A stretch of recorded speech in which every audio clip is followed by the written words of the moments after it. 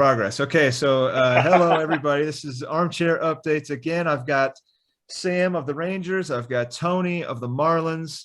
If you watched the live contract thing, I kind of said that we were going to do some a secret weird pod that we didn't want to do live before the auction. I made it sound much more like weird and secret than it actually is. Sam did basically a bunch of work just pulling together public numbers from Fantrax, stuff that was said on Discord. I'm going to let him explain what he did because he's going to show it off a little bit too. But that's what this is going to be. You're going to be seeing this after the auction has already started, after the main guys have probably already been won and are on new teams. So we'll see what we end up maybe being close to, what we end up being really wrong about. And that said, Sam, talk about some of the work you put into this, really right up until the minute we were getting ready to sit here and talk about it. Yeah, well, first off, thanks for having me on. Love the pod, obviously, and love the work you do. If I can have my way, I'll have you in the TFE, obviously, running some pods. But anyways, I'm gonna share my screen here, and I just wanted to say, when I approached Alan about this idea, we decided we didn't want to do a live pod because we knew that this might throw some team strategy out there for what people might be needing to do, wanting to do, whatever it might be. And we didn't want to call out specific people, strategies, or whatever it might be if they were hoping it would go unnoticed. So we didn't want to release this live until people had a chance to spend at least the big money on the guys that they might want to get. But this is all public knowledge. I just went team by team. And my rationale was if you have fewer than 400 at bats at the position, I put a 1 down. That means you need somebody at that position. And if you have 400 or more at bats at that position, then you don't need anybody there. For games started, you had to have 20 games started or more, all based on Fantrax projections. I don't do projections or anything like that for individual player performance. And then I assume that you would need 7 starting pitchers with 20 or more games started to go. All in all, you need 175 for the year. So you might have a bunch of guys that have like 10 starts. They don't really help you because you don't know when you're going to use them or whether they'll even get those starts. So they're totaled in your game start total, but they don't count as one of your starting pitchers needed or earned and needed. And then everything down here at the bottom just tallies everything up. We have $3,000 available going into the auction. That's more than I thought. I think last year I said something like 23 to 2,500. So I was off by 20, 30% there. So that was a little surprising. I thought people would love the players they got in the first year and the value there. But we just wanted to talk about a few observations that we were going to have from looking at this population of information. And if we step on anybody's toes, we're not too worried about it because we're recording it for after the fact. So I'm going to speak pretty freely, but we're not trying to zero in on anyone's strategy and ruin your night. So that's a very eloquent way of putting what I was trying to say towards the end of that contract live stream. I was like, oh, don't worry, it's not going to affect us. Like not that it would necessarily affect anybody else. It just has the potential to, if everybody wanted to sit and look at this, or if everybody wanted to sit and listen to Tony saying that I need a third baseman, is everybody gonna bid me up on a third baseman or whatever? Like I doubt that that's gonna happen. But just on the off chance that it could, I didn't want to be any of us or the pod or whatever to be responsible for somebody not getting somebody because it got mentioned on the pod. I wouldn't feel good about that. So that's what we're trying to avoid. Like Sam said, this is all public stuff. Like it's not public that Sam put it together the way he did and everything. Like obviously this took some work, but these are all numbers that's I showed these guys beforehand. I didn't do the same thing, but I wrote my shit on a pen and paper. I wrote the teams down, what I thought their needs were, how much money they had per slot. I think a lot of us are probably doing this in our own way. You know, maybe a Except few of us me, aren't, but mine's yes. mine's just beer and speak off the top of my head. Tony is beer and talking about wanting mid-tier starting pitchers. Mid-tier starting pitchers. Mid-tier starting pitchers. I don't think it's any secret that you're going after starting pitching. And Sam, you know, like you said before we started recording, Sam pretty much nailed what you feel like your needs are. I think he nailed pretty obviously what my needs are. I know I need a third baseman. I have no catchers at all. And I'm pretty thin generally on the offensive side. I don't just need a utility. I need some bench guys too. I need guys to I need cheap guys that I'm not sure I'm going to get. I've only got $49. Last year, I was one of those guys that said, I'm going to fill out my relievers and shit through Fabapalooza. And then I ended up spending like 24 combined Fab dollars on Tanner Scott and Chad Green. That is not the way I want to go again, but I could easily see like talking myself into that because my guy is only $1 more. And then, you know, I get up again. Well, he's only $2 more than I was going to pay. Well, he's only $3 or $4. I can see myself doing that and trying to get my guy at third base or my guy at catcher and worrying about depth at pitching or relief pitching or whatever later. I can easily see myself doing that. So would you like me to preemptively trade you some Fab dollars? I don't have anything to offer. That's the thing. Yeah, so I want to make some observations here. First off, first position catcher, 16 teams without 400 at bats at catcher. That's staggering. I think that there. Go ahead. Can I ask how many? Was there 30 catchers that got 400 at bats? No. No. Okay, no. It's just something that came off the top of my head. Go ahead. I think there were 15 or 16. Okay. Yeah, so I think there's 4 in the draft, something like that. I don't remember. I looked at it at one point. I think there's 4, and 16 teams need them. So a lot of teams are going to be using multiple roster spots or getting fewer than 400 at bats at catcher, which is crazy to me. This is, maybe a little sour grapes here, but I have Sal Perez. He's expensive. He is not a cheap catcher. He's 10% of my team. He's the most expensive player on my team.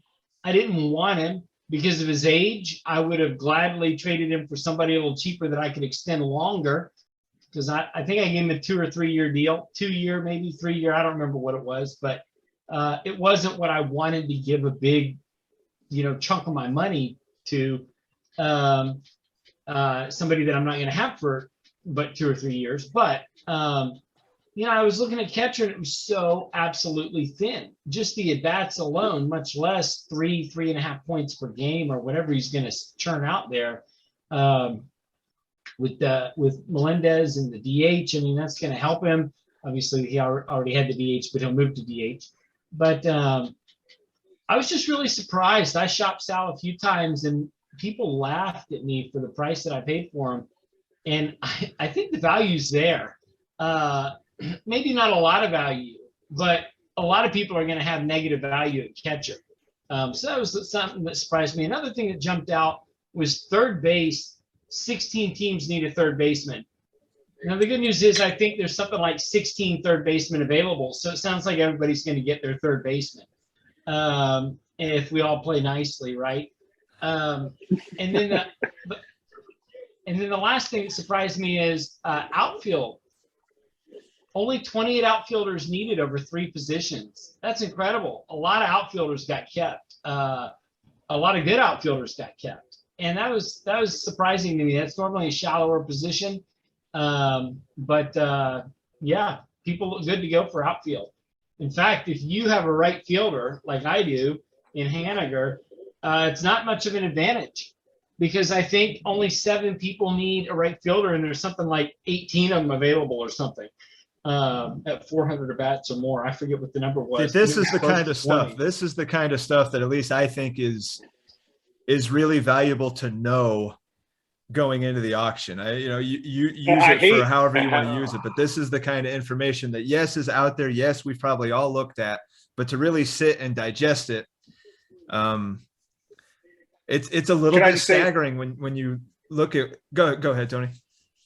two quick hitters. Number one, Sam did approach me and come out with me with Sal Perez, and I was one of those teams that laughed him out of the room. So Sam is telling the truth there. His laugh tells you I'm telling the truth. I did laugh him. I was like, not a chance. Number two, I believe. Can I quote you? No, go. Yeah, I believe go ahead. you said. I believe you said if there was a number lower than 0, and I said they're called negative numbers. This is true. And I also, to add on to that, will be one of those teams with a negative value at catcher. I fully plan on not even having a catcher after the auction. No secret. Yeah, no, mind blowing everyone. I haven't. I don't get it. I know. I'm trying to punt and catching. I also wish I would have maybe not traded an extra 5th round pick or 2 and kept it for a hitter. I guess I can kind of say this because we're going to say this after the auction. I was really hot after Steven Piscotty, and we were pretty close to, we had close to a deal done, and it fell apart. That's no big deal on Jake's end, but I was very close to getting that right fielder an extra outfield bat I wanted. I'm kind of disappointed I didn't get one, and now hearing what you're saying, I wish I could have, but starting pitching is what wins this league, and I need to get 5 starting pitchers for $30. Well, points. The balance is what wins this league. Duke, the Dodgers, the Tigers, like the teams that were really heavy in one aspect. I think of the White Sox and the Mariners pretty immediately. Those were both very pitching heavy teams that looked good for a long time, but they could not run with the big guys once they got there. So pitching does win, but you can't just have pitching. You can't just have hitting. You have either. To have everything. Yeah. Frank made the playoffs by trying everything. Frank had hitting, and then he had starting pitching, then he had just relief pitching and a little bit of hitting. So Frank did it all kind of in one year, and now he's coming to the auction with a shitload of money. So it's going to be really knowing some of these guys. Now we've gotten to know them for a year. A lot of these Discord guys that are on a lot, we know their personalities. We know who they like, who they don't like. We might see the moves they make now in the auction, like, oh, that makes sense. Okay, that's Frank, or that's Yankee Gary. I don't see Yankee Gary spending $50-$60 on a player. I just don't see it. Now that I know, now that I've played with him for a year, I'm running out of time already. Oh, it's asking me if I'm running out of time. Okay. Oh, gotcha. I lost my train. Oh, anyway, yeah, knowing these guys and being in the league with them and everything, seeing how they react to trades or how they negotiate trades. We were all coming in not really knowing each other last year, and a lot of us, it was our first 30 teamer. We're not going to have prospects in this one, so this is going to be. I know we've said it a million times. It's going to be different. It's going to be super interesting. But I still don't think I know or really have much of a clue where a lot of these guys are going to end up. I even sitting here looking like, okay, this team needs this position and they have this much money to spend. I still don't really know where I think the direction a lot of these guys are going to go. So it's bothersome to me that we're looking at, 4 teams well over $200 or over $200 to spend. Holy cow. Like, are you kidding me? Hold on, you've got to also take into account that some of these teams that were taken over, like, was it the Brewers that had freaking Tatis and somebody else that were like 150 in those 2 players? The Giants had Tatis and Soto, I think. Yeah. Because there's some teams that built that stars and scrubs approach. So I can see some teams just saying, you know what, I'm just going to get rid of all those bad contracts and go. Well, regardless of how it happened, it's still, to Sam's point, there's there's a lot more teams, I think, than what we thought. Maybe halfway through the year when we're starting to gear up and look, some of us are starting to really look ahead. I didn't see this many guys with this much money to spend. This was not my plan. If I had a plan for everybody else, Now, I want to throw a curveball here, and then we can talk about the 10 guys that we all agreed we would pull values for. And that might be a good segue into more conversation. But something that was very eye-opening to me is we did an ABL 5, I think it was, maybe for auction for a best ball.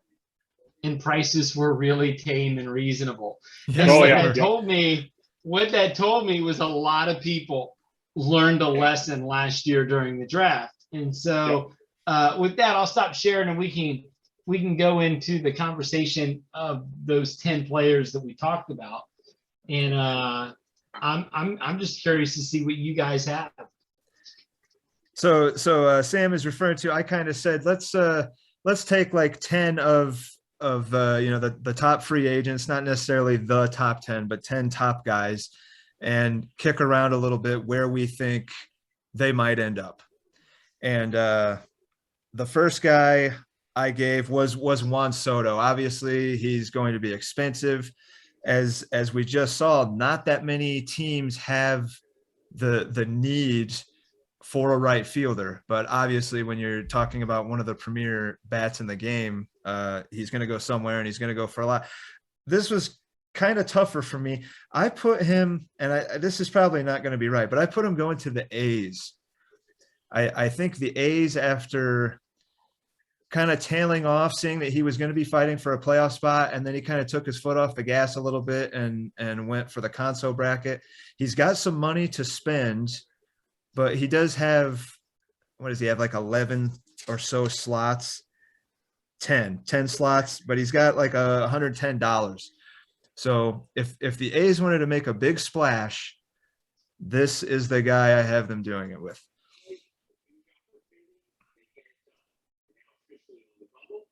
What do you think, Tony? So you definitely just caught me with my pants down. I thought we were going to say how much we thought they were going to go to, not which team they went to. So I have all the dollar values. So I'm like scrambling, and I'm going to do that readjust on the fly. But I'll give you my answer. I'll give you my answer of what I have, and that'll buy me a little bit of time. And then Sam, you can go with yours. On my sheet, I have Juan Soto should be a $40 player. I think he's going to go for 52. That's just me personally. Okay. I think he's going to go for 52. Now continue with what you're saying. I'll take the over. I'll take the over on 52. Okay. I'll take the over on 52.5. Okay. Yeah. Where do you think he's going, Sam? Well, there's two things here. There's what a player's worth, and then there's what he's going to go for. And those are two different things. Even though in real life, they say something's worth what someone will pay you for it, right? That's not really how it works in this sport. I have him at $50. After seeing the tame ABL best ball, I think I could be close for what he actually goes for. On the flip side, I looked at the Athletics. It was between the Athletics and the Blue Jays where I thought he could land. I decided the Blue Jays might be after Cole. And so I decided that the Cubs are probably gonna spend the money. They cut everybody. They've got all the money. They need a right fielder. I could see them splurging and spending $60 or so on Soto. Hearing Sam's assessment and also looking at thankfully I took that picture that we were talking about that has the things. Looking at the teams that need a right fielder, and also talking about how we said we know how teams operate. Frank was a very bat first team. He kind of punted pitching a little bit And that definitely fits Frank's MO, as they say, that he would go after a heavy bat in a position he needs that is a very impact bat that probably could be fairly priced for market value for saying $50 to $52, for the impact Soto could have. So 2 on the Cubs. So I'll go with Cubs. 1 on the A's. All right. That sounds good. Number 2, I had Garrett Cole, and I just went with the easy. I don't think Duke is I don't think it's misdirection. I think he is going to go after Garrett Cole, and I think he's going to land in Pittsburgh. And that was probably the easiest one. That was the first one on the list I filled out because I'm somewhat confident. Maybe he's doing a great job. Maybe Joe is right, but I think Duke would grab Garrett Cole just so Joe isn't right about him trolling. That's how sure I am that Cole is going to end up in Pittsburgh. So, I don't know the price. I don't know if it's really going to be $71 or whatever Duke says it is, but I do think he's going to end up in Pittsburgh. So I'll say Pittsburgh. I have Garrett Cole for 40. I think he goes for 71 to Pittsburgh. Because I just feel from what I know from Duke, I don't think he would give that much misdirection or whatever. Like, he's made no secret about it. I think he would spend $71 on Garrett Cole. So I have Cole as the most valuable player, in the draft this year. I do have him at $55. Can I see a 25% premium on him? Get him close to 70. Because Duke has the money to do it, yeah. I am going to Duke. I don't know about over 70, but I'm going to Duke. But it's a clean sweep on. We do think he is going to go back to like Duke said, get him back in the black and gold. He was obviously a Pirate in real life. But yeah, I think we're all in agreement there that this is the guy he's going for. This is the guy that Duke seems to want. Number 3, and is Mookie. Now, is he a center and right fielder? Yeah, I just looked at that. Yeah. So I had Mookie for no like reason in particular other than this guy has a lot of money. He's going to need a bat. He's a multi-position bat. I have Mookie going to the Royals. He's going to have to go after somebody, and you could. There's a few different places Mookie could end up. But I got him going to the Royals. He's going to be maybe not a cornerstone for the team for like years to come, but I think he's going to want to plant him right in somebody like him in the middle of that lineup, and somebody that he can really lean on for consistent points. That's Brendan. He being Brendan, the new Royals owner, by the way. I probably could be prepared each time if you want me to go. Yeah, whatever. Go ahead. 30. I have Mookie at 37. I think he goes for 45. I actually think the Nationals are going to spend up and get him. They have a need there. Their pitching's kind of about halfway filled, and I think they need someone like him to be a cornerstone of their franchise. I could see that. Yeah, I could easily see that. What do you say, Sam? So I had the Blue Jays and the Royals spinning for right fielder. So I have one or the other taking Mookie and one taking Acuna. That's pretty. We're gonna get into some because I got a lot of the big outfielders on. Well, a few. I think we're about in the same ballpark with those guys. Tatis is maybe interesting. He was one of the, if not the highest highest price guy out of the auction in year one. To a team whose owner deserted the team, of course. I have Tatis going to the Indians. I think if there's anybody that Cleveland. Who are the Indians? What's that? Oh, sorry. The Clevelands. The Clevelands. Yeah. The Guardians. Yeah. The Cleveland Marks. He's young. he, maybe it fits. I don't know if it purposely fits Mark, but he's got that tinge of injury risk to him that Mark seemed to have a thing for in year one, and we know he has the money to spend. He's a good young player up the middle. I got him going to the Clevelands. I actually, sorry. I had him at 37. I think he goes for 42. I think he goes to the San Diego Padres. And here's why I say that. Because some people might not notice this, and we're saying this after the fact. And I feel your father is a very savvy fantasy player. He's eligible at right field. He's shortstop and right field. And Sure. your father has a gaping hole in right field, also utility.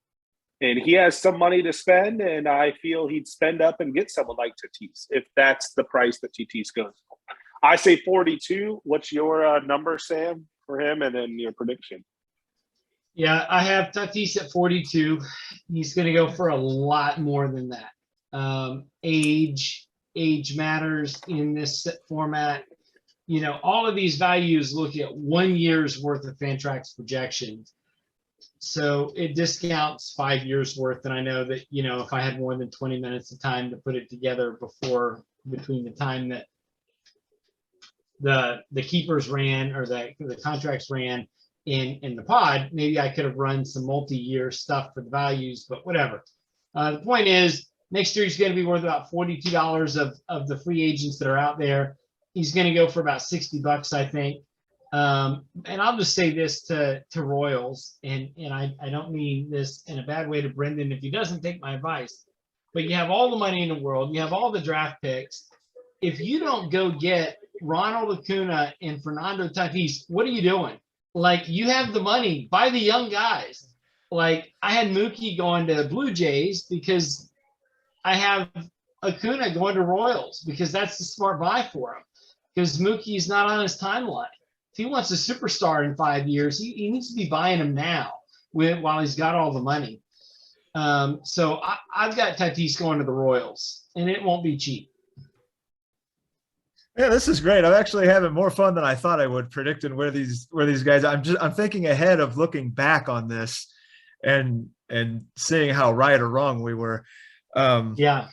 Number 5, I have Trey Turner, who, of course, is second base and shortstop eligible, which is a pretty significant boost to the value if he was just unless, correct me if I'm wrong, I think he is. He is second if he was just a shortstop. There are, what did we see, 7 or so teams that need a second baseman. Of those, and with the dual eligibility, I have Trey going to the Cubs. This is the first of a couple bats I have going to the Cubs. I know, a couple of you guys have picked Soto to the Cubs, so we see Frank going after bats. I think that second and short eligibility is going to be very alluring. And I think one of these teams that has a shitload of money to spend, they're going to have to anyway because it's Trey Turner. I think it's going to be the Cubs. I have Trey Turner at $42 on my sheet. I have Trey Turner going for 42 is what my guess is. I think he goes to the Royals. For all the same reasons that Sam said, Sam was talking about Soto and Tatis. I think Trey Turner's a safer bet than Tatis. I think Tatis has too much of an injury risk that I just want to step away from. Having that middle infield eligibility at both second and short, and I think he just outproduces Tatis. I think that's a safer bet for the Royals, and given his need at both second and short, I'm predicting the Royals. So interesting. There's 4 teams that need both second base and shortstop. Yeah. Yes. A's, Giants, Cubs, Royals. They all have a ton of money. My first nomination should be Trey Turner just to watch the fireworks. I have him at 42. I think he's going to go for more than 42 simply because of the drive and demand from those 4 teams. I've got him at Giants or A's, depending on how the earlier players shake out. I've got him going to one of those 2 teams. All right, yeah, let's go Giants. Giants are kind of a team I'm realizing now that I don't want to say I neglected them, but I don't know. The Giants were just never in my mind as I feel like Josh is going to go spend up on this guy. I don't know, Well, they're man. a football school. They're a football school. That they are. Number 6, we've got Mike Trout, who, man, how old is Trout? Is he 30, 31? He feels like he's probably should be older than he is, but is still going to be a top bat, is going to get paid like a top bat. I have the Nats grabbing him. I'm pretty sure he's only center field eligible. He is only center field. That's not to say that he couldn't gain some, somewhere throughout the course of the year. Cause I don't know if the Angels have a whole lot of guys that can play center field, but yeah, I got this as the guy that the Nats are going to spend up on. I don't have really any reason for thinking that other than, I don't know. It just seemed to fit to me. I got him going to the Nats. I have Trout at 36 on my sheet. I think he goes for 36 just because of the recency bias and the fact he hasn't played that many games per year lately. Like he's drawn that injury tag, and I think rightfully deserved that because he hasn't played a full slate of games, and it seems like a while. My prediction is he goes to the Brewers. The Brewers don't have that much cash, but they have enough, and they have a need at center field that I feel they could spend up, and it's a good gamble on him, after saying that he has the injury risk. But if he comes back and there's a full season of Mike Trout. Just sounds weird saying that anybody's gambling on Mike Trout, right? Yeah, but I'll roll the dice on Mike Trout. Yeah, why not? Yeah. But the recency bias is some people might shy away from him. Like we've seen the tame down and watered down, or however you want to say it, that Sam's mentioned dollar values with that recent auction and how we feel people might be approaching this. I think people might be scared to spend more than that dollar amount on Mike Trout.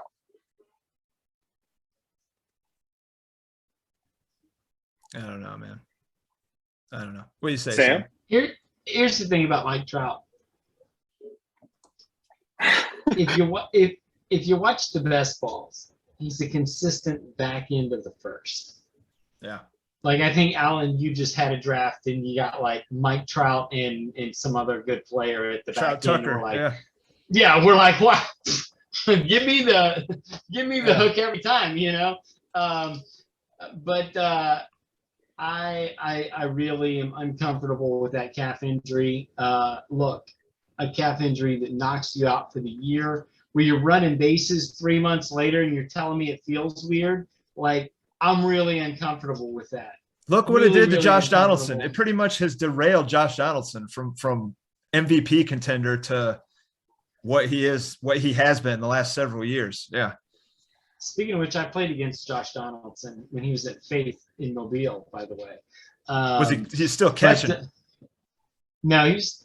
I don't know where he was actually. I think he was a bench player for them. Believe it or not, the year that I was there, he was going to school here in Pensacola and he was getting bullied or into some trouble or something. So his mom put him in this powerhouse of a Christian school over in Mobile, and that was my last year there that he was there. And I don't remember him being on the field, obviously, because I didn't know he was going to be a superstar or anything. But I've read about it. I think he was a bench player that year. But anyways, yeah, exactly. Those are nasty injuries. And, I own Trout like in 80% of my leagues last year, and I never owned him before. And I spent and went out and got him in every league, and he burned me. And I remember reading in like September, he was running at 80% and saying his calf felt weird. So I have major concerns about him. Nonetheless, he's going in the first, early second round of drafts. There's still plenty of belief in Mike Trout. And I've got him going at 41 to the Guardians, because we talked about how Mark kind of likes those injury-prone guys and doesn't mind to gamble. And he needs a center fielder, and he has money. So we'll see. All right. And going from one injured outfielder to another, number 7 on the list was Acuna, and this was kind of what Sam said about Brendan. You know, not that I disagree, but I kind of in my stuff here, I kind of did the same thing with the Cubs. I had Trey Turner going to the Cubs. I also have Acuna going to the Cubs. Frank being a bat first guy. You know, I think at heart, Frank is, you know, like we said, he went with the relief pitcher thing. He went with the starting pitcher thing, but I think he's a bat first guy at heart. And I think he's a National League guy at heart. And I think, you know, the two bats that he goes after are going to be National League bats. It's going to be Turner. It's going to be Acuna. And that's what I think the big 1-2 punch from the Cubs is going to be in this auction.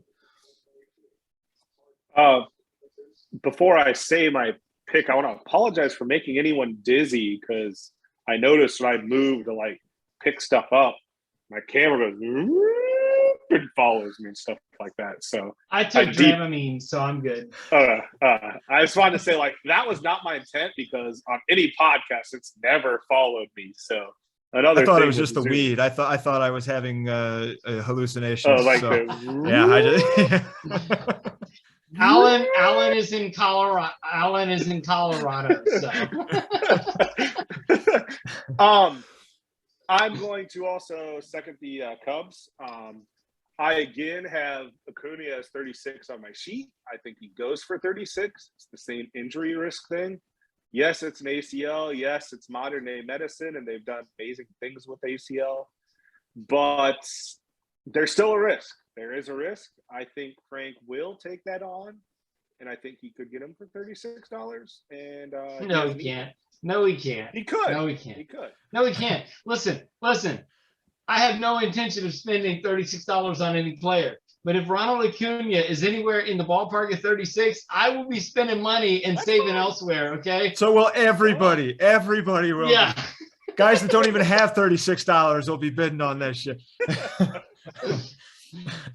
What is he been going in best ball? Just out of curiosity, you guys follow that more than me. Like, is he going higher than Trout and stuff like that? I mean, that much higher? Obviously, he probably is, but like, is it 3 that spots?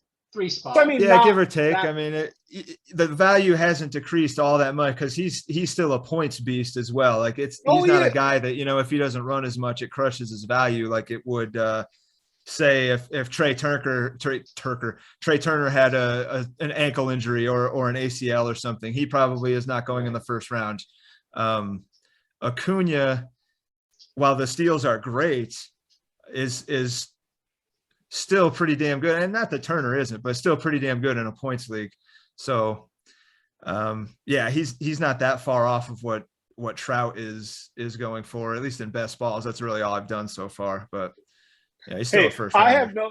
I have no problem putting my neck out there on something that's completely wrong. And I'll probably have the only thing I think the teams, I think you've had some values. I think it's a pipe dream to think that some of these guys are going to go for what you've said. But you know, maybe the auction shakes out weird. You know, maybe it does. But I don't know, man. I like, you know, Acuna at 36 just doesn't seem possible. I'll say this. Jeff keeps pumping you're going to be paying $15 for Fod Revez or whatever. I think it legit scares people. And you got, you know, Josh saying, Tony saying, I don't know if I can spend all my money. I think Josh said that. There's people that's going to be spending big on these big names because it's the only guarantee that's out there. And there's people with $200 to spend. They're going to get something for it. This isn't your standard auction where you can sit out the first entire round of nominations and let everybody spend money and then sit back and pick off the mid-tier talent. Like this is not that. You know, it's I'll put it to you this way. It's a different beast entirely. I'll put it to you this way. Mitch Keller, and I say that because I cut him at $7 and it was a tremendous mistake. And then that's who Jeff has referenced a few times. But Mitch Keller, I'll just hit Control F here. Let's see. Mitch Keller is on my sheet. Thank God this is happening after the auction. Go ahead. Mitch Keller's on my sheet for $20 damn. Yes. Like- yes. Like, Thank you. and you think Ronald Acuna is going for 30? For 36. Yes. Yeah. Yes. The reason why is because you need pitching to win this league. And you need to spend $20 on Mitch Keller types. I'm sorry, you do. I don't. I'll share my. I will share my screen again. I have 7 pitchers. Okay. Everyone's going to have a Mitch Keller type for around that. Most normal teams. Okay. No, there's the elites of the Dodgers and the Pirates and blah, blah, blah, blah, blah. And the Rangers. Well, We know. Yeah, but, like all the rest of the normal schlups are going to have to spend $20 on a Mitch Keller. It's just the truth. I'm sorry. I hate to say it. It's just the truth. We could You're do an eventually gonna have to entire spend- other pod on just On Mitch over-unders Keller. on random guys. Like we really could. We could do another hour plus on just Mitch Keller over/under $18.50. I know we could. I So hold might on. actually Are do we- that tomorrow night or Saturday or something. Are we wrapped up on Acuna? Yeah. No. Sam did not say where he thinks yes? Acuna ends up. Oh, where he's going. Okay. Well, I said the Royals had to get him and Tatis, Oh. so I've got him Yeah. going to the Royals All right, Royals for $37. For 30. 37. For Hey, so I'm not. $37. Hey. Yeah. So the second pitcher, number 8 on the list. So let me ask you, Sam, what happens when we bump up against because it's got to be happening soon, the 40-minute recording limit? Am I going to get some kind of warning? Will we be able to just refresh it? Like, I got a notification that you upgraded your account and we had unlimited time. hey, that sounds good. All right. The second pitcher I went with was Justin Bieber, who, he comes with a little bit of both. Tony liked to call it recency bias. Bieber seems to be kind of the forgotten man that had kind of wormed his way into the first round of redraft leagues last year. So I don't think he's going to be up there in the DeGrom Cole money territory, but I do think he's going to go to a big money team. I think he's going to go to the O's. I think this is where the O's start to initially, dip into the piggy bank a little bit and go for a guy that is still reasonably young, anchors a rotation in a pretty weak division with a few good ballparks in it.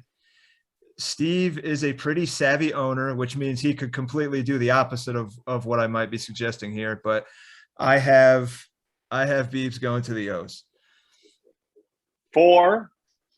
I don't know. I didn't do prices. I just did where I think they're gonna end up.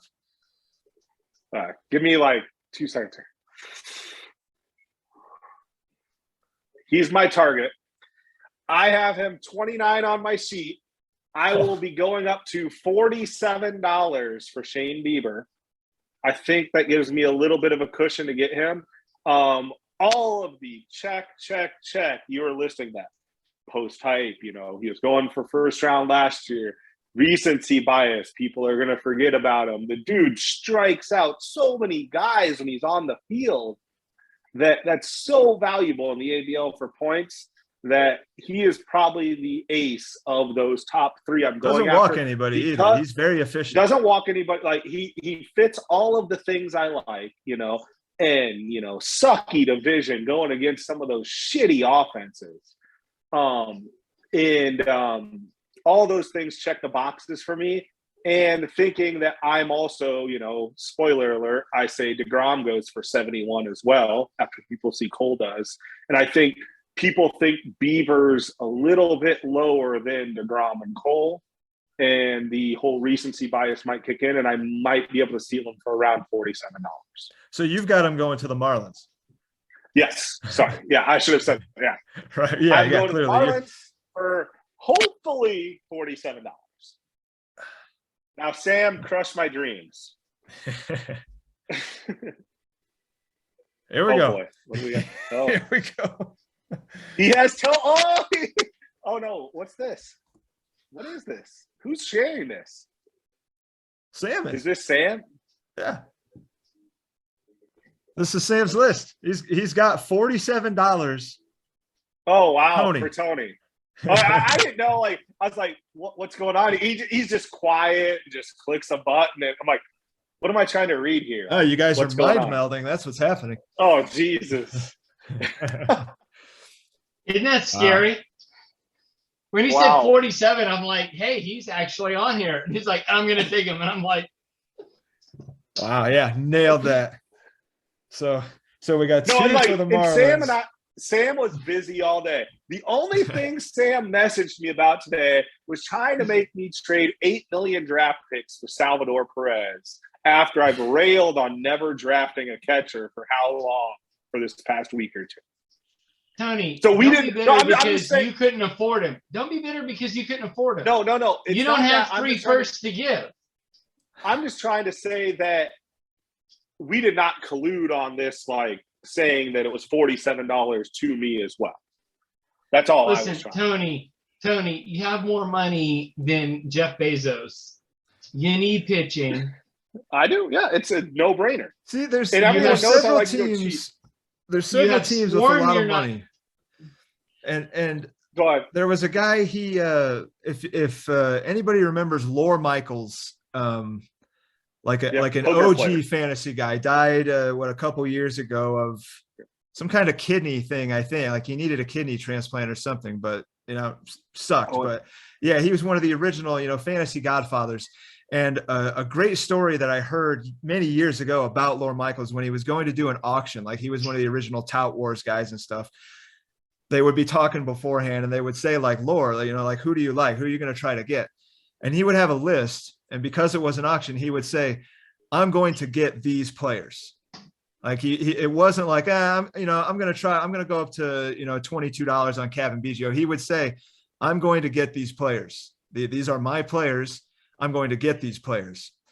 Now, if there's, it usually never works out that way. If there's one other guy in the league that feels the same way about one of those players. Now, obviously Tout was a 15-teamer. We weren't talking about a 30-teamer, or Lore Michaels wasn't talking about a 30-teamer.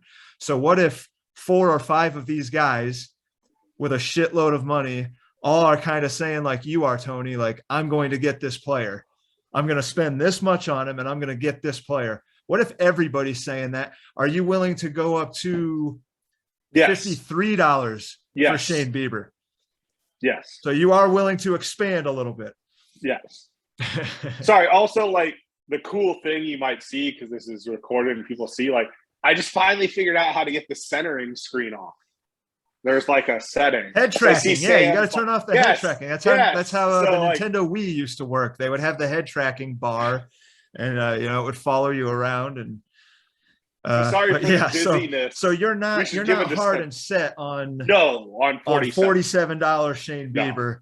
Not to try to put you on the spot about that or anything, but you talking the way you did, saying this is my guy and this is how much I want him. Yeah. It reminded me of the Lore Michaels story, and then led me into saying that's rarely how auctions work. You can say all you want, this is my guy and this is how much I'm willing to go on him, and something is gonna fuck that up. So you have to be ready. Lore Michaels have $157 for 5 players. Well, hold on. No. I want this to be accurately depicted. I have $162 for 5 players. And all 5 of those are going to be pitchers, and I'm not going to draft a catcher. You're right. A lot of these guys, I don't have Marlins for any of these guys because I don't know what the hell you're going to do. Like you and Josh kind of keep insisting that you're somehow not going to spend all your money. So you throw me for a loop saying that you're going after Biebs. I still probably won't. I didn't have you going for any of these top guys. So that's quite interesting to me for you to say that Biebs is one of your targets. It's just not. I'm going to go after my predictions. I like it though. I'm going to go after him, and I'm going to go after $20 Mitch Keller. I'm going to go after $20 Brady Singer. I'm going to go after $20. Some of these guys, Sam's laughing because it probably won't happen that way, obviously. Those are my guys, man. I cut them, and they were like, and I wanted $7. I know. And these are like, And you mentioned, I think it was in the back room or whatever, like the Dane Dunnings. I'm going to go after those guys for $20 and have one Shane Bieber and have 4 of those risk guys, or even the is Nate Pearson still out there? I think, or I think he got. This is the part of the podcast that Yankee Gary sits back and laughs at $8 Dylan Cease, and just does one of these. You mean Carlos Rodon at $6 last year? Yeah, $8 Rodon, $10 Logan Webb. Hey, yeah. Side note, I like all those guys this year more than Robbie frickin' Ray. So I just off him. And we've had. What does Robbie Ray have to do to prove to you that he's a stud now? What does he have to do? More than 1 year. He's done it for like 1.5 years. The walk rate. Hold on, Robbie Ray has always had. Robbie Ray has always had like strikeout rate. Yeah. But he's walked. But his walk rate is obscene.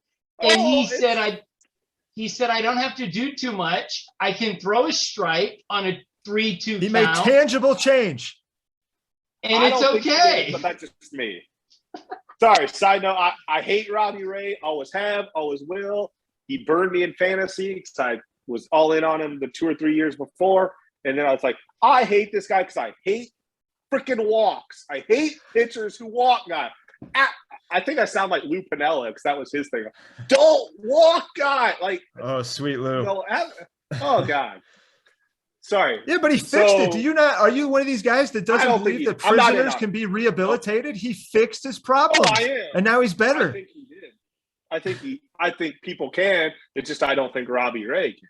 You don't think Robbie Ray can? No. This guy is a world class. This guy's a world class athlete that's always had the strikeout stuff.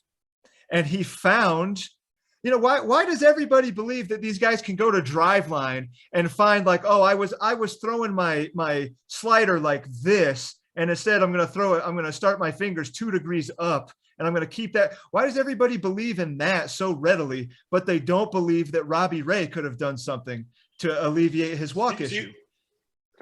So I am I don't know what words to use or whatever, but I hated Blue Jay Mark. Robbie Ray is on the freaking Blue Jays.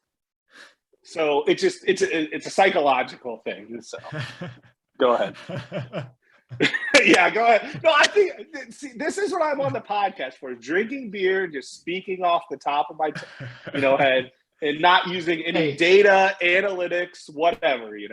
Go ahead. Hey, so my favorite pitcher in history is Nolan Ryan, and he walked a few batters. And then this much compared to freaking Robbie Ray, and that's probably not even an accurate description. Nolan Ryan walked a lot of guys. No, not as many as. Go ahead. He holds the record for most walks by a million. He threw a lot of innings. Yeah, I thought I saw that. Yeah, that's the thing is he threw I thought I saw that stat where how many times did he go to like a 3-0 count without? No, that is Greg Maddux. That's Greg Maddux. Yeah, that's okay. Sorry. All right, sorry. Completely different pitcher between Maddux and Nolan Ryan. Yeah. That's but my favorite pitcher of my lifetime, my era, is Clayton Kershaw. And when Clayton Kershaw came up, his walk rate was 4.5. And I remember a guy telling me in 2008, Clayton Kershaw will never amount to anything because his walk rate is 4.5. And I just remember smiling when he had like 7 walks in 149 innings and thinking, hey, the kid figured it out. Yeah. And, did it take Robbie Ray, half a decade to get there? But I think it's legit. Pitchers quit trying to do too much. It's a psychological problem. It's not that he can't control the ball. It's that he tries to throw an out pitch when he should throw a hittable pitch. And Clayton Kershaw figured that out. You watch him pitching, he totally changes his approach. If he's not ahead in the count, he throws a strike. And Robbie Ray started doing that. So I think it's tangible change. I think it's easy to fall into that, looking at these guys as as fantasy numbers and kind of eschewing like the human aspect of it. And if you're not kind of, I hate to use, Bauer as the example, but Bauer was huge with, the super analytics of pitching. Like he really, he always had the funky workout regimens where he'd work out, really kind of weird and stuff. And he was super into the drive line type stuff. Like, it seems like if That's guys weird aren't because doing he's that, not like, yeah, it's weird because Bauer's not like that in any other area of his life. It's like normal, vanilla, yeah, nothing yeah. weird. Such nothing, a straight guy. yeah. But it feels like these days, if we don't hear about a guy doing that, oh, so and so he spent the winter at Driveline, or he spent the winter at whatever, like we don't think of them as making changes in the off season or changes to what they're doing. They're just kind of maintaining and doing what they're doing. Like, especially like a 30 or 31-year-old or 32, however the old Robbie Ray is, where he kind of comes out of nowhere and does something drastically different. But it doesn't always have to be a drive line thing. It doesn't always have to be a launch angle thing. It just, sometimes, like you said, Sam, guys stop overthrowing, or they stop trying to strike everybody out, or whatever it is. They let the defense play behind them a little bit more. They have a little faith in the guys behind, whatever it is, stand a different spot on the rubber. I know that was a Robbie Ray thing for a little bit. He was standing, he started off standing more to the first base side. He moved over a little more to the third base side. And when you're talking about a game of inches, we've all stood on a pitching rubber. Well, yeah, whatever. But this is the strike zone, shit like that. Like, we've all stood on a pitcher's mound. It makes a difference. If you've ever pitched, if you've ever stood there, being way over here, especially when you're throwing a slider, when you're throwing a changeup that has movement or anything like it, it makes a difference. So maybe it is something just that easy, and he figured it out. I think he has. I'm a believer in Robbie Ray. This is a lot of time spent on Robbie Ray, but he's 30 years old, and he probably wears skinny jeans and Affliction t-shirts. So he wears super tight pants, but Affliction, I mean, that's I don't know where the tight pants guy. Yeah, I don't get the tight pants thing, but you know what? If that's what it works, is working for him, then that could be the fix for him. Maybe that's the tangible change. Yeah, like that could be the change, like the tight pants. He was just hanging a little loose.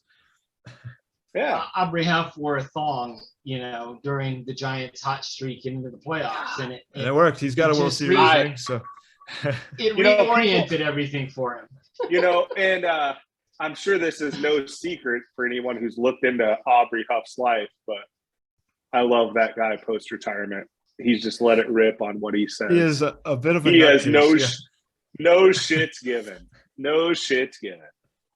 So that was Bieber. We've got two Marlins, one O's for Bieber. Somehow it turned into a big Robbie Ray discussion.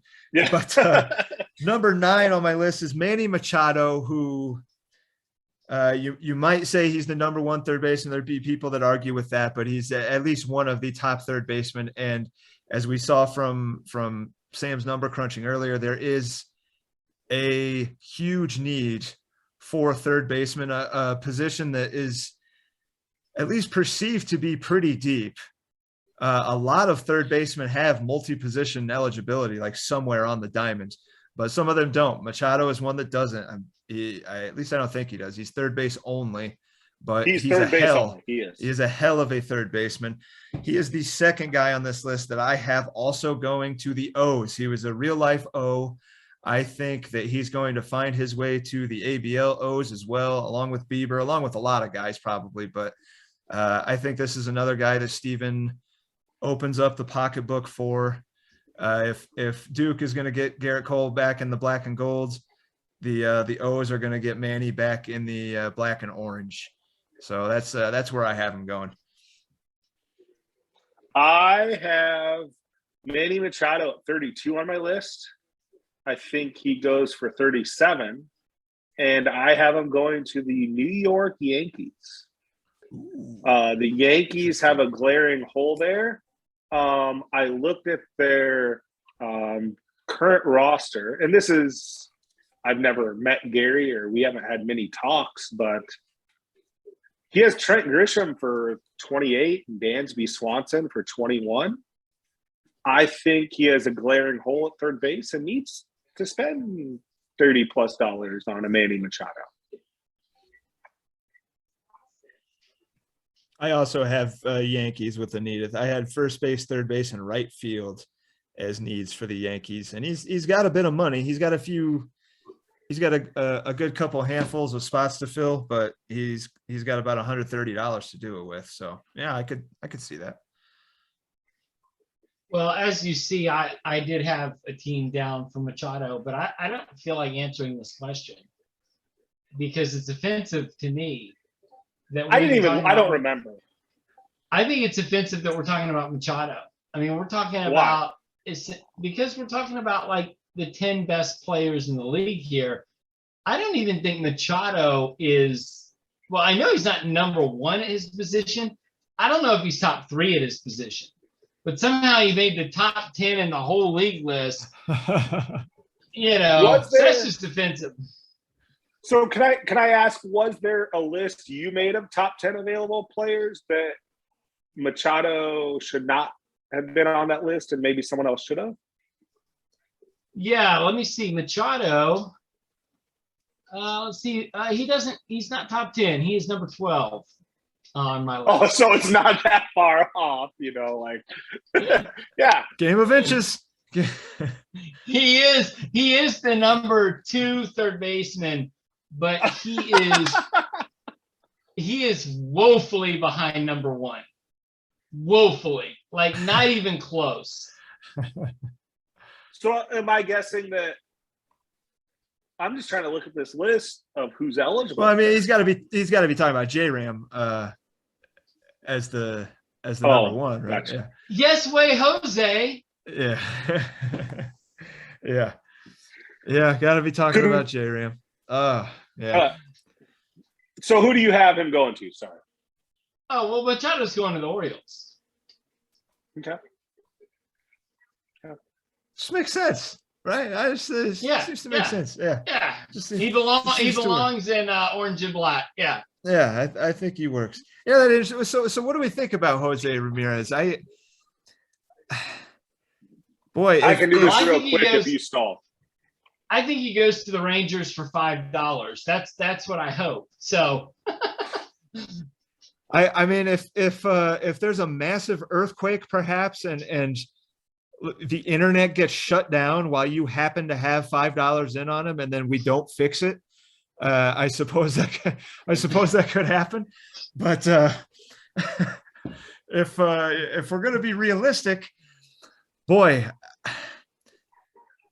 yeah, he is a guy that is moved his way into like the top 5 redraft territory, top 5 in best balls, and kind of seems to somehow quietly be a perennial super stud.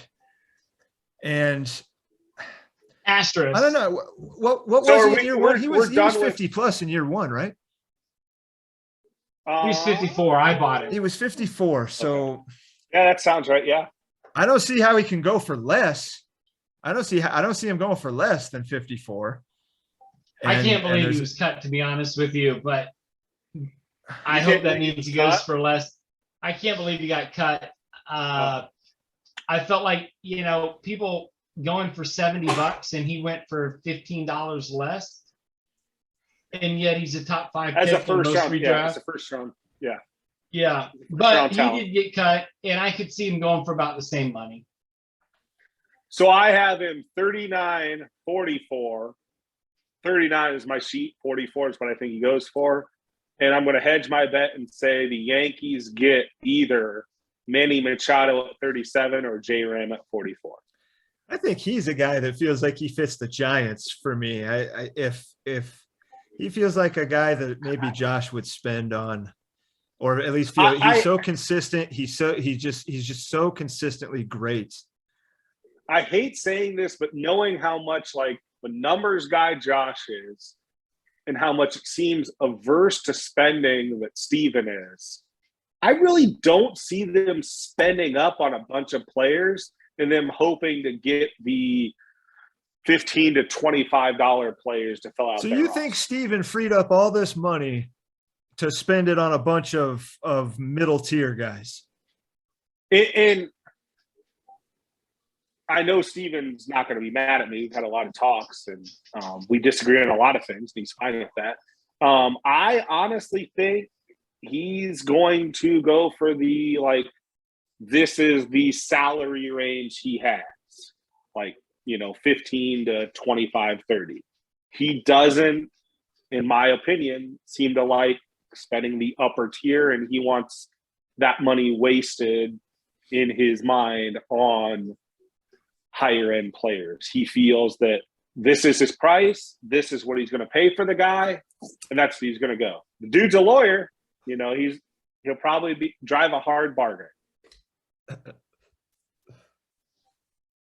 Well, I'll just say this: if J Ram's anywhere near $40, he's going to the Rangers. That's fine. Book it. That's fine. I'm entitled to be way off. The one thing I feel like maybe he won't go to the Giants. I don't know. I don't know how keen Josh is on these guys that only play one position. It's hard to know really what kind of owner Josh truly is, because most of what he did with the Giants was jettisoning pieces, that he knew he wanted nothing to do with. We haven't really, we know he's a Sox fan and we know who he likes and stuff, but Josh keeps his cards pretty close. He loves Connor Siebold, but doesn't want to keep the guy. That was probably not for $3. Like Josh lets. Yeah, he's a homer, but he doesn't let his homerism, cloud the data, the math for him. He's a very numbers oriented person. So I don't know if he's the kind of guy that will spend that much money on a guy that just plays one position. But if he is, that guy's going to be somebody like J Ram, somebody incredibly consistent and somebody that he can lean on for 4+ points a game. But I don't know if I see Josh doing any of that. Like I said, I didn't put the Giants down for, my 10th guy either, which is, just jump ahead a little bit, is DeGrom. Yeah. I was just say, are we closed on J Ram / Machado? I guess I don't know where Sam ultimately landed on J Ram. Not that he was on the list, but I'm still interested. He said the Rangers for $5. The Rangers for $5. Yeah. The internet crashes because of everything happens. Pensacola, Florida is the only place that has internet or Wi-Fi. Like a war games-esque nuclear strike. Yeah. I think you could add a 0 anywhere you wanted by that 5, and he would go to the Rangers. Okay. Interesting. Do we want to move on to DeGoat? Yeah, DeGrom. Yeah, I have DeGrom going back to the Royals. He started with the Royals. Royals mark for I believe $63. I think he ends up back there because Brendan, like Sam said earlier, he needs to do something with all this money. And if he's going to make any kind of run at the division, if he thinks he's going to try for the division this year, if he's going to try to make a run at a wild card spot, or even really compete for some of that sweet console money, he's going to have a staff anchor to do it with. And I don't think it's going to be Blake Snell. I don't think it's going to be Zach Gallen. I think he needs to go after one of the big guns, and I think he's going to try to re-land DeGrom for the Royals. But of all of the guys that you gave me a list of, Jacob DeGrom was the lowest on my sheet value-wise. Talk about recency bias. No, and that, this shows you how weird things are on the sheet that I use. So I'm after 3 pitchers, no secret.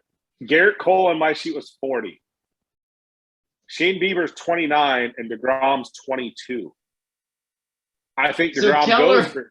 Hold on, no. Hold on. I think this is just the values I use, because remember, the sheet that I'm using is not ABL based. The sheet I'm using is just auction based. Like, well, you might as well be using a page from a coloring book.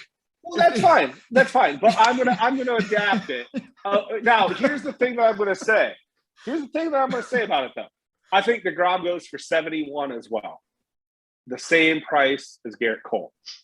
I think DeGrom Wow. goes for 71 as well. Just because of his name and his consistency, I think DeGrom overcomes the recency bias that people might think Shane Bieber will suffer from. I have DeGrom going to the Chicago White Sox. They have money to spend. They need a pitcher or two. And I think, in the interactions with Harry, he's a smart guy and he knows pitching wins. He can spend $71 on DeGrom and still make his roster one. He does have about Wow. $120 to spend. That's true. Yeah, But he's got Listen. about 17 roster spots, though. So he does. He does. But could you imagine a rotation that's DeGrom, Corbin, Burns? yeah, You I don't mean, want Harry to. was big on pitching in year one. So He was. he's not. We Yeah. know he likes good starting pitching. So Y'all, this is why this auction is going to be so fun. The three of us are nowhere close. No, yeah. And yeah. there's 30. I have DeGrom to the Orioles. What was your And the price? reason- Do you have prices or no? Yeah, I mean, I have what he's worth, not what he'll go for. No, I know that you've always. What is he worth, and what do you? Yeah, I mean, I think he's worth $38, but he's going to Okay. go for a hell of a lot more than that. Yes. Okay, who goes for more, DeGrom or Bieber? Beaver. You think so? he's got the age on his side. He's on the right side of 30. Bieber is. I understand, but And- people might be looking short term. Go ahead. Yeah, I mean, they're going to be close. If it's, 57 and 54 or something, I think those are reasonable numbers, And then I lose out on him. If that's Brendan fine. buys DeGrom, that's a tragic mistake. Let me show you something about Brendan here.